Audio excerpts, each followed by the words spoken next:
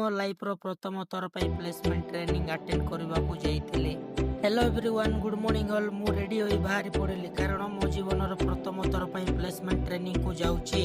ମୋ ସାଙ୍ଗମାନେ ମଧ୍ୟ ରେଡି ଥିଲେ। ଚାଲନ୍ତୁ ଆଜିର ଦିନ କେମିତି କଟିବ। କିଛି ସମୟ ପରେ ଆମକୁ ନେବା ପାଇଁ ବସ୍ ଆସି ପହଞ୍ଚିଗଲା। ଆମେ ବସ୍ରେ ବସିକି ଯାତ୍ରା ଆରମ୍ଭ କଲୁ ଆଣ୍ଡ ଚାରିପାଖ ଭିଉ ଦେଖୁ ଦେଖୁ ଆମେ ଆମ ଡେଷ୍ଟିନେସନରେ ପହଞ୍ଚିଗଲୁ। ସେଠାରୁ କିଛି ଦୂର ଚାଲିବାକୁ ପଡ଼ିଲା। ଆମେ ଆମ ଟ୍ରେନିଂ ଠିକରେ ଜାଣିନଥିଲୁ, କିନ୍ତୁ ପରେ ଜାଣିପାରିଲୁ।